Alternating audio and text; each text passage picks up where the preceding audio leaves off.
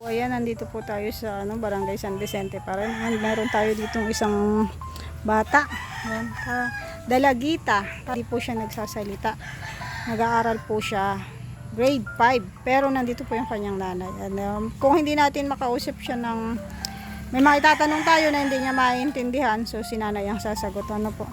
Siya ay, what's your name? Name, sulat.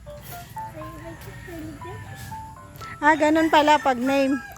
Pangalan, so gasay niya pangalan, parang name tag. Tuon niya sa yung sign language ng ng pangalan niya, alam niya sa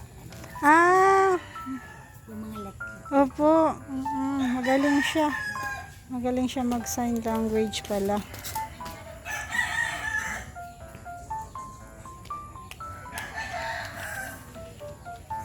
Ayan, James Francis Edelor.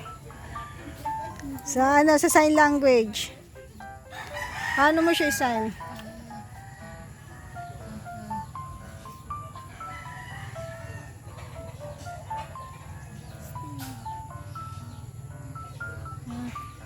Ang galing. Ayan, letter by letter, Ilang taon ka na? Edad. 15. Oh. Anong grade mo na? Grade. Magaling siya. Tanungin mo daw, ikaw daw mag-sign language sa kanya. Dito ka. Ayan, ito po yung natin. Interpreter natin. Lapit ka dito. Dito ka, harap. Dito ka. Yan. Yan. Yan. Ilang taon na siya? Ilang taon ka na?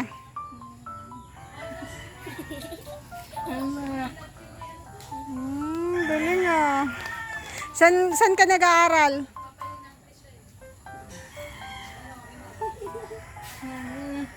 Isang language mo daw sa kamay niya. Paano bang yung kanyang school? Sulat mo yung San Vicente Central School.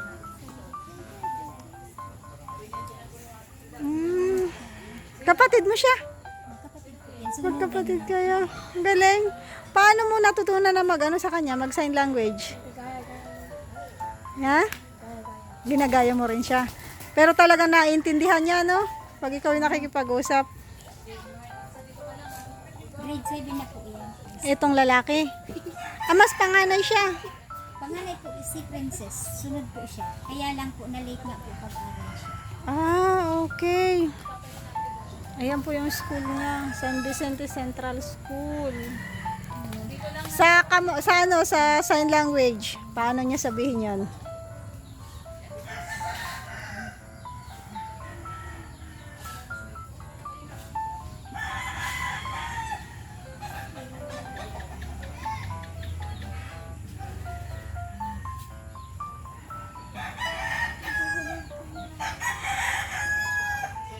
Galing.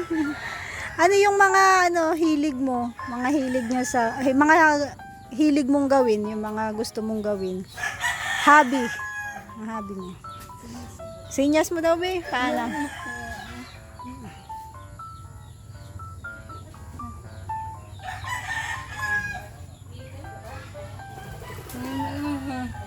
Ano daw yun? Mag-ayos. Mag-ayos ng buhok. Mag-makeup. Mag-makeup. Mag-makeup. Galing. Marunong kang sumayaw. Marunong. Galing. Very good. Ano yung pangarap niya? Sakaling makakatapos siya ng pag-aaral. Decide mo daw, be?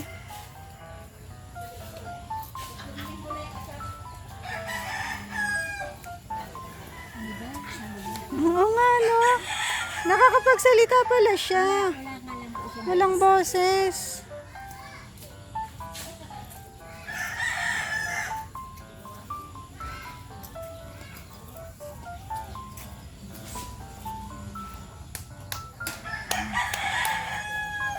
Ano daw yun? Sulat mo.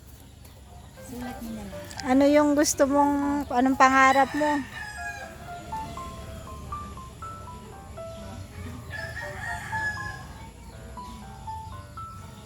Ayaw daw niya ng injection. Ayaw mo ng nurse. Anong gusto mo? Makeup artist. Oh, galing. Makeup artist pala ang gusto niya. Oh.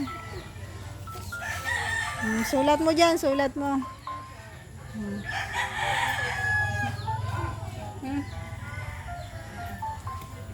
Yung gusto mo paglaki.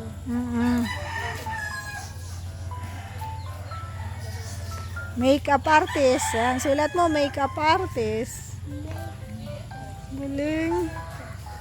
Hindi rin naman siya mahirap kausapin kasi yung kapatid niya, kaya siyang anuhan, signan. Hindi magtsaga tong kapatid niya, oh. Tinuturoan Sulat po mo kung siya. ano at nababasa naman po niya yan kung anong gusto. Sulat mo po.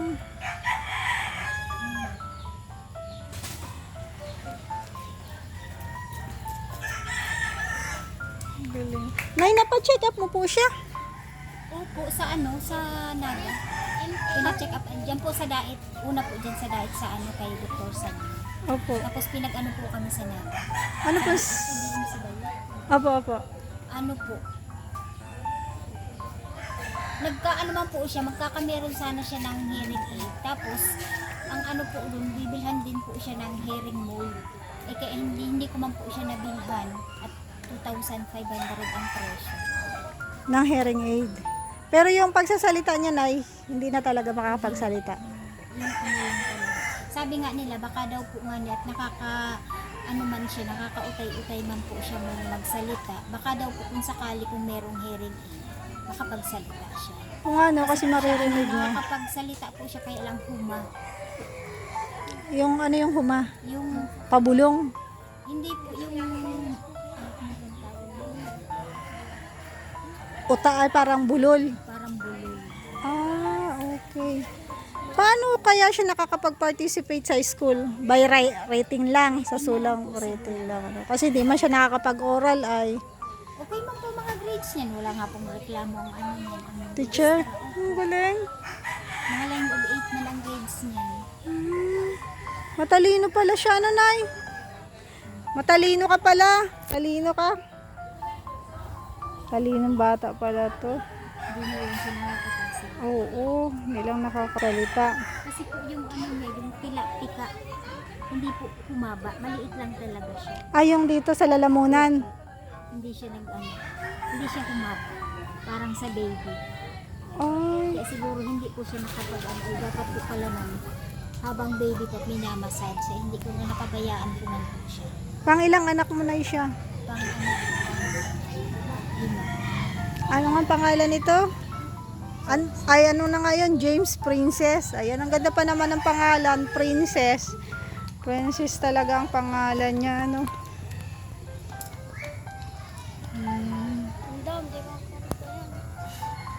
Anong mga pinagkakaabalahan mong gawin ngayon pag ano, makeup lang? Makeup lang. Kaya mong nagsusulat ka rin ng mga kwento.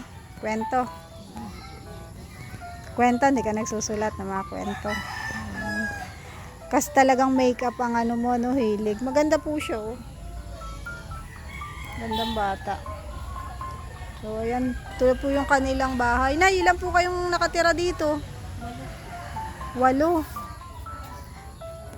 Pwede po bang makita yung loob ng bahay mo, Nay? Dito lang po sila natutulog. Parang may kama sila dyan. Tapos yun. So, may floor mat lang po doon. Tapos, ano, nilagyan lang nila yung floor mat yung lupa. Tapos yung mga dingding po nila, ayan, trapal. Ang bubong po nila ay pawid. Ayan, may solar. Solar ang kanilang ilaw dito. Ayan po. Solar ang ilaw muna yan, oh. Solar. Solar ano po ang ilaw niya. So, ayan, Princess, pagbutihin mo yung pag-aaral mo, ha? Para makagraduate. Grade 5 pa lang siya, no? At least nakakapag-aral siya kahit pa paano. Dalaga na. 15 ay 15 ka na, no? Dalagita na. Ito, sumunod ka sa kanya. Nauna ka lang makapagtapos, ano? Grade 7 ka na. Yun po, grade 5 saka grade. Sunod-sunod na yung anak mo. Ano po? Lahat sila nag-aaral. 6 po yan na estudyante ko. Isang college, 2 high school. Ah, may college ka pa po. Meron. Ano pong course ng college mo? IT. Graduating po yun ngayon sa CN. Ah, sa CN. Ah, public naman. So, allowance lang. Ano po? Paano pong, saan kayo kumukuha ng ikinabubuhay? Ay, ano po ako, job order ako sa munisipyo. Ah, utility ka po doon. At least meron naman. Meron na din po kami. Hindi talagang tapos. Marami po baga ng Estudyante. estudyante ko. Siyempre po yung baon, Opo. yung pag nila.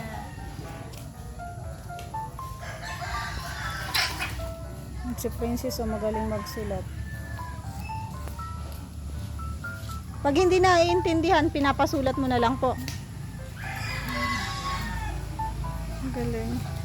Anong gusto mong hilingin pagbalik namin? Request.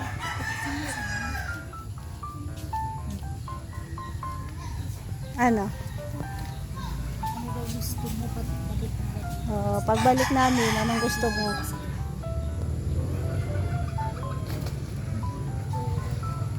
Ano daw? Ano daw? Ah, pang makeup.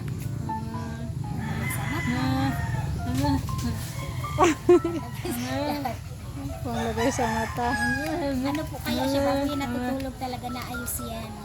Ng buhok, ng ano. Yung ano ko nga yan ang nakakaubos ng pang-makeup, lipstick. Ah, pantali sa buhok. Tama nga, pang makeup. Yun yung gusto mo. Ah, pang makeup, pantali sa buhok. Panlagay dito. Bagay sa yung mag-parlor kasi magaling ka. No? Sabi ko nga pag nasa tamang edad na po siya pag-aaralin ko ng cosmetology. Opo. Kaya nga.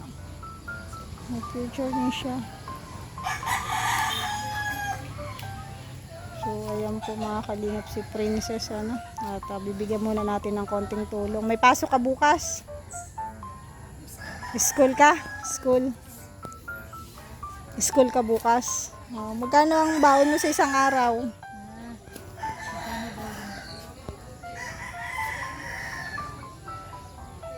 Magkano daw?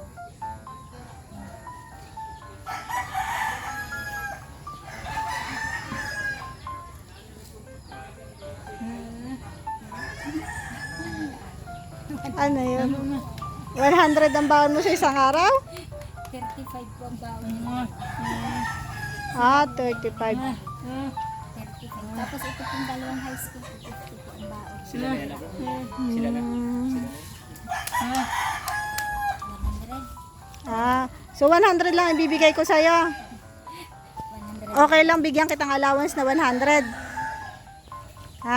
Okay lang. Ilang araw mo yung babaunin? 3 days. 3 days na. Ay, pag 5 days, magkano? Pang 5 days na. Pang 5 days. Magkano? Magkano daw? 200. 200. At ganyan. Pag 200. 200. Oh. Nandun na yung baon mo tapos pagkain. 100. Sige, bibigyan muna kita ng mo ha. Allowance mo bukas. 1 week. 1 week na allowance mo ha. 1 week. Paano yung 1 week? Paano yung 1 week, B? Isang linggo. Baon niya 1 linggo. Paano sabihin sa kanya?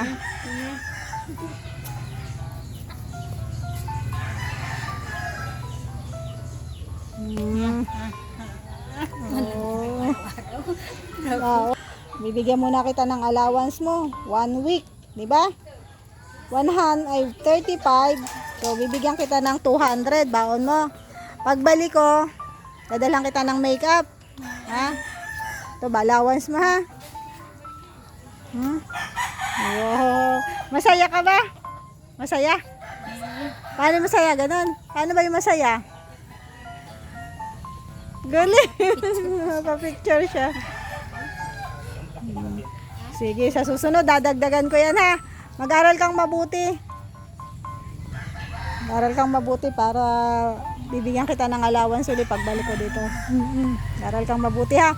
Para maging makeup artist ka. Oo. Okay, sige. Good job. So, give me 5 na. Thank you. Nay, salamat, Nay. Bye-bye. Nay, salamat po.